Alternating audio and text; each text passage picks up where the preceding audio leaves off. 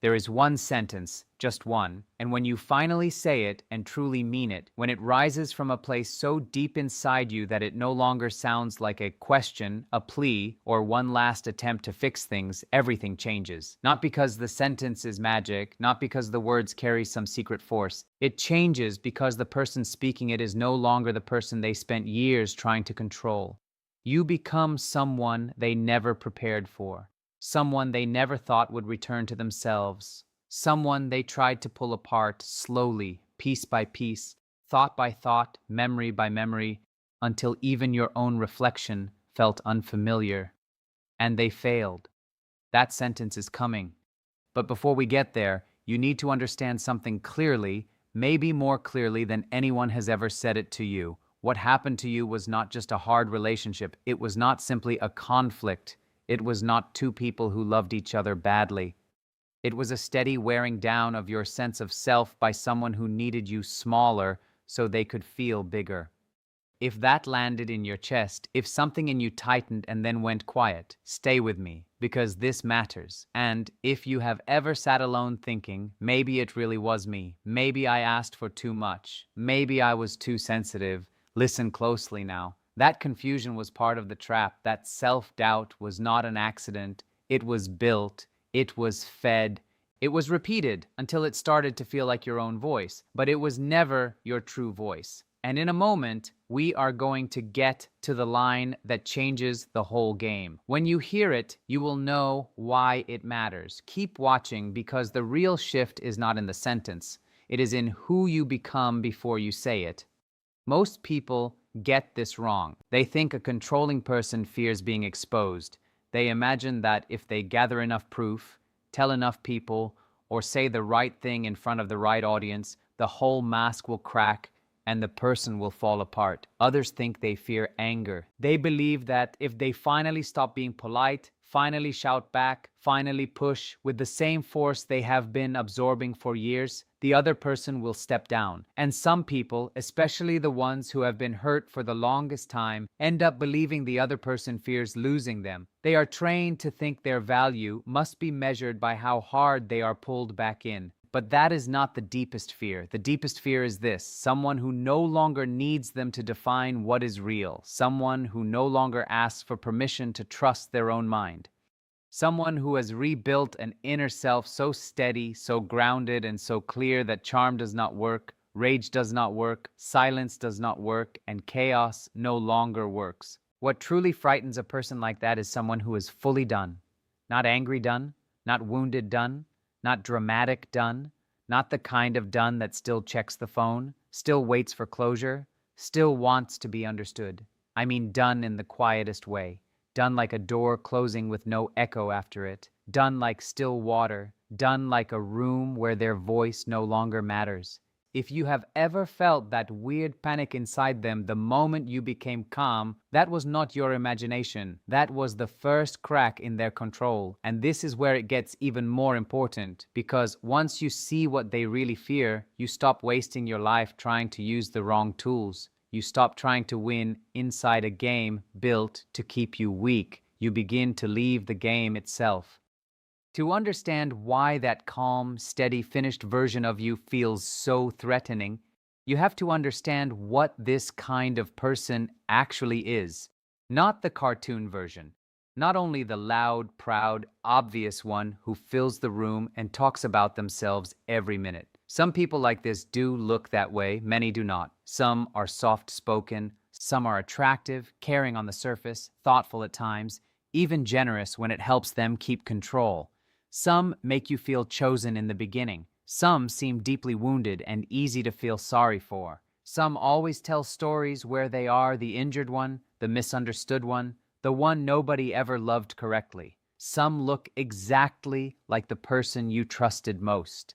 The person you built a home around, the person you defended, the person you kept giving chances to because you believed there had to be goodness somewhere under all that confusion. But the common thread is simple and chilling.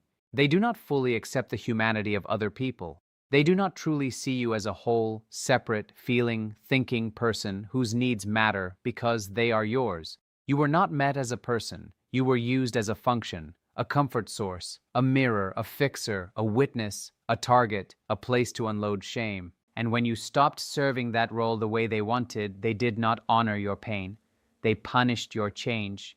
If that feels too harsh, ask yourself something honest. When did they celebrate your joy without making it about them? When did they sit with your hurt without turning the story back toward their own pain?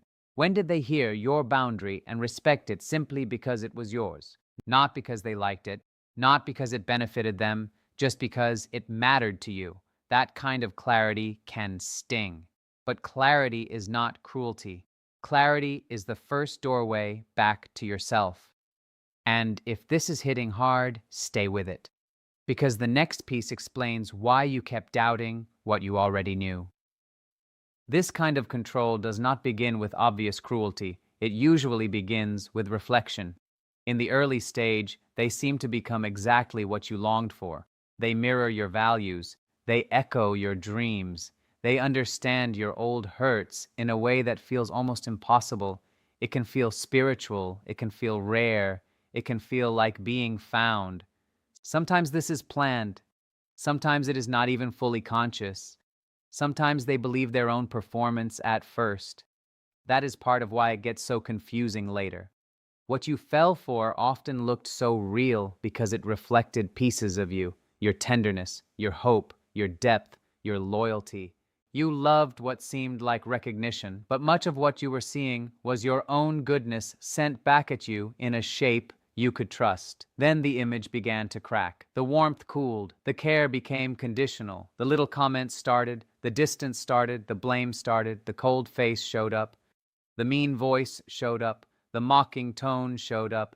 And your mind did something very human and very dangerous. It held on to the first picture. It kept saying, that is the real one, the loving one, the open one, the one from the beginning. This colder version must be stress, fear, pain, pressure, trauma, anything but truth. So an inner war began. The war between what you lived and what you were told you lived. Between what your body felt and what your mind was pushed to excuse. Between your old self and the version of you being reshaped in silence. If you have ever felt like you were fighting for reality itself, not just for the relationship, that is why. And what comes next matters even more, because this is where confusion becomes control.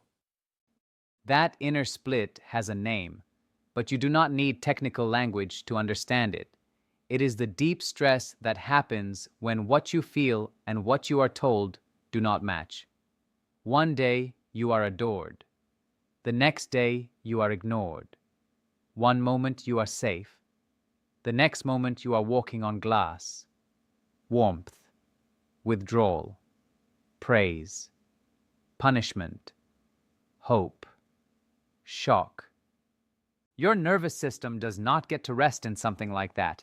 It starts working overtime. It scans. It studies. It tries to solve the pattern. You become a person who watches every word, every facial shift, every silence, every change in the room, trying to figure out what version of you might bring the good moments back. That is why you felt tired in your bones. That is why even peace felt tense. That is why you could be sitting still and still feel like you were running. Your brain was trapped inside unpredictability, and unpredictability creates attachment in a very twisted way. Not healthy attachment. Survival attachment. The inconsistency becomes the hook. The rare kindness becomes the reward your body keeps chasing. You start believing that if you just say it better, love harder, explain more gently, stay calmer, forgive faster, or become smaller, you can return to the person you met at the start. But here is the hard truth. The version you are chasing is not waiting behind the curtain. It was never a stable home. It was a performance. And you have spent far too long trying out for a part in a story that was never built around your well-being. If that feels painful, let it. Some truths hurt on the way in, but they heal on the way through. And if this is the first time you are really letting yourself admit it, keep listening, because the next part may explain why you stopped trusting your own mind. People often use the word gaslighting, but many still think it only means denying a few facts. It goes much deeper than that. The most damaging form is not about one argument or one event. It is about your whole way of knowing your life. It is the slow training of your mind to question itself. You are told your memory is off. Your feelings are too much. Your needs are selfish. Your reactions are the real problem. Your instincts are paranoid. Your boundaries are attacks. Your sadness is manipulation. Your anger is proof that you are unstable. And little by little, you stop checking inside yourself for truth. You start checking them. What do they think happened? What do they say I meant? What version of my feeling will they accept? What can I safely express? What must I hide? That is not weakness. That is what prolonged confusion does to a human mind. You were not losing yourself because you were broken. You were losing access to yourself because someone kept interfering with the signal. And when that happens long enough, you can stand in the middle of your own life and feel like a stranger there. You can look at your own thoughts and wonder which ones belong to you. If you have felt that, hear this as clearly as you can. That is not your identity. That is the damage of prolonged distortion. What was done to you is not the same as who you are. Those are different things. And separating those two things is the beginning of your return. This is where many people start blaming themselves for staying, for going back, for defending someone who hurt them. But what kept you there was not simply emotion. It was chemistry. It was conditioning. It was survival. And once you understand that, the shame begins to loosen. There is a reason the bond felt so powerful, even when the pain was obvious.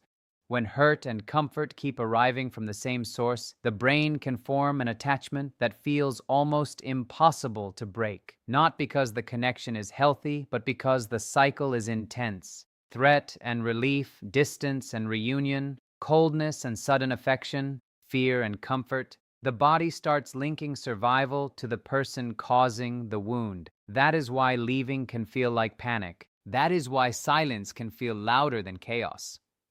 That is why you can miss someone who damaged you and hate yourself for missing them at the same time.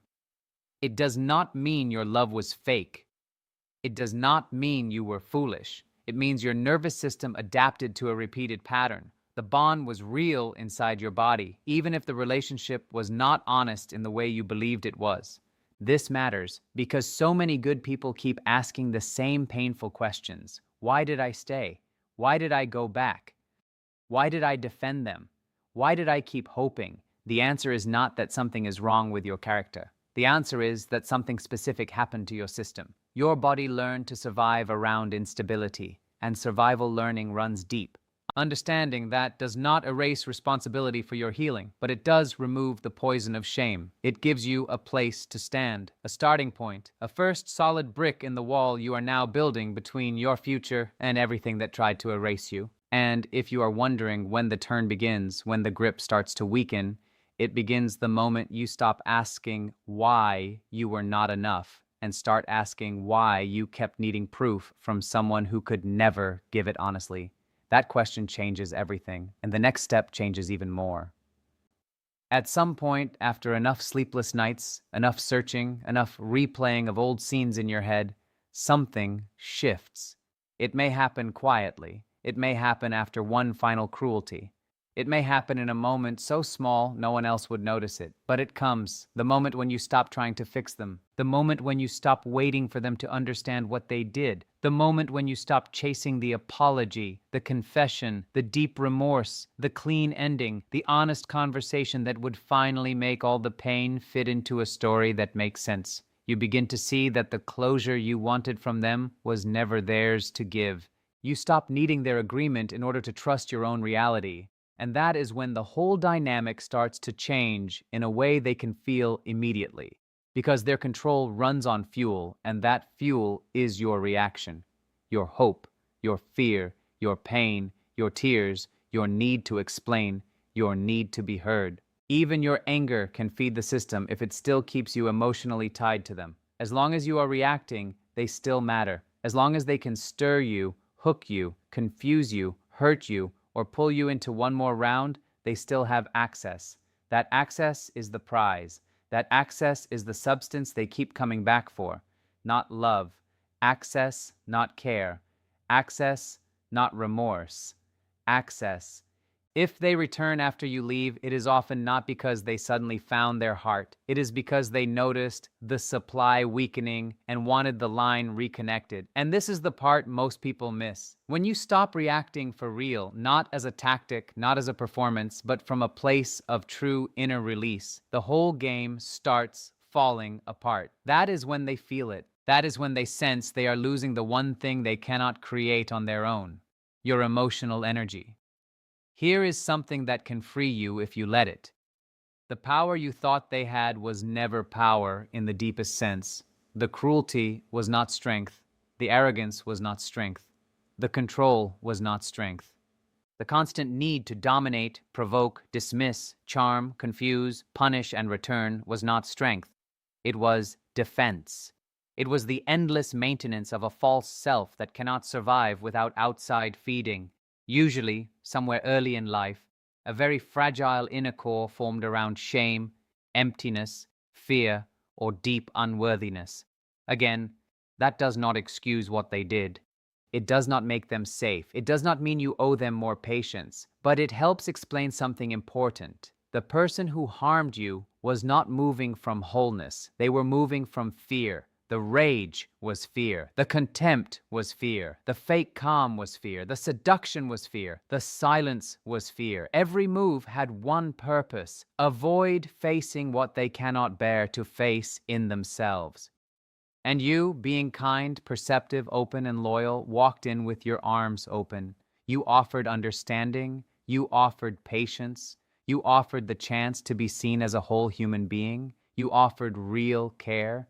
But the part of them that could receive that fully was underdeveloped or shut away, and instead of letting love reach them, they used your love as material. That is not because your love failed. It is because they could not meet it honestly. Let that land. Your care was not the mistake. Your humanity was not the problem. And when you finally understand that, something heavy starts to lift. You stop seeing yourself through their distorted lens. You stop making their inability your verdict. You begin to gather the broken pieces of your self-image, and instead of feeling ashamed of the cracks, you see evidence that you survived something meant to hollow you out. That is not weakness. That is proof of life. And now we are ready for the sentence. Notice how we got here. Not through a trick, not through revenge, not through saying the perfect dramatic line at the perfect moment, not through winning an argument, not through making them cry, not through exposing them in a way that finally makes them admit who they are. We got here through understanding, through truth, through the slow and often painful work of seeing the situation clearly and seeing yourself clearly inside it. Because that is the only place this sentence can come from if it is going to carry real weight. If it comes from anger, it still has hooks in it. If it comes from hurt, it still asks to be seen. If it comes from strategy, it is still part of the game. The line only matters when it rises from settled knowing. The sentence is simple: I do not need anything from you anymore. Maybe you say it exactly like that. Maybe you use your own words, but the meaning is the same. No heat, no begging, no hidden test, no hope tucked inside it, no wish that they finally understand. Just calm, just truth. Not I am done with you, because that can still sound like an argument. Not I hate you, because hate is still a form of closeness. Not even I forgive you, because real forgiveness does not need a stage or an audience. It happens inside, quietly, for your freedom, not their comfort. I do not need anything from you anymore. When a person like this hears that from someone who truly means it, they feel something raw and old. Not simple rejection, not ordinary loss, something deeper. The terror of becoming irrelevant. The terror of no longer being able to reach inside you and pull a reaction, a wound, a longing, a protest, a hope. You become unmanageable to them. Not cruel, not cold, just unavailable to their system. And that is what makes the sentence so powerful. Not the words themselves, the emptiness of the hooks, the absence of need, the end of access. When you reach that place, something beautiful happens that has nothing to do with them. You begin to come back to yourself in a way that feels almost sacred. People who truly move through this kind of damage do not become harder in the empty sense. They do not become dead inside. They do not lose their ability to love. They become wiser, more careful with their trust, more tuned in to the difference between attention and care, between intensity and intimacy, between being mirrored and being truly seen. They begin to notice what steadiness feels like. They stop calling chaos chemistry. They stop calling anxiety love. They stop begging for crumbs and calling it hope. There is a quiet strength that appears in people who have walked through this darkness and found themselves at the bottom of it, still alive, still breathing, still worthy. It is not loud. It does not need to perform. It does not need applause. It is simply there. A steadiness in the eyes, a different pace in the body, a refusal to explain the obvious to people committed to misunderstanding it, a new respect for peace. And if you are not fully there yet, that is okay. This is not a race. The goal is not to become emotionless. The goal is to become free. Free enough to trust what you feel. Free enough to stop negotiating with what hurts you. Free enough to let silence stay silent. Free enough to choose your own life without waiting for permission from someone who only valued you when you were easier to control. If this is speaking to your life, do not brush it aside. Sit with it. Replay it. Let it work on you. Because the moment you stop needing from them what they were never able to give, your future begins opening in ways you cannot yet fully imagine. And there is one more thing you need to hear before we close this out. You were never weak because you loved deeply. You were targeted because you had depth, because you had empathy, because you had loyalty, because you had the kind of emotional richness some people spend their whole lives trying to copy, steal, or control because they cannot create it on their own.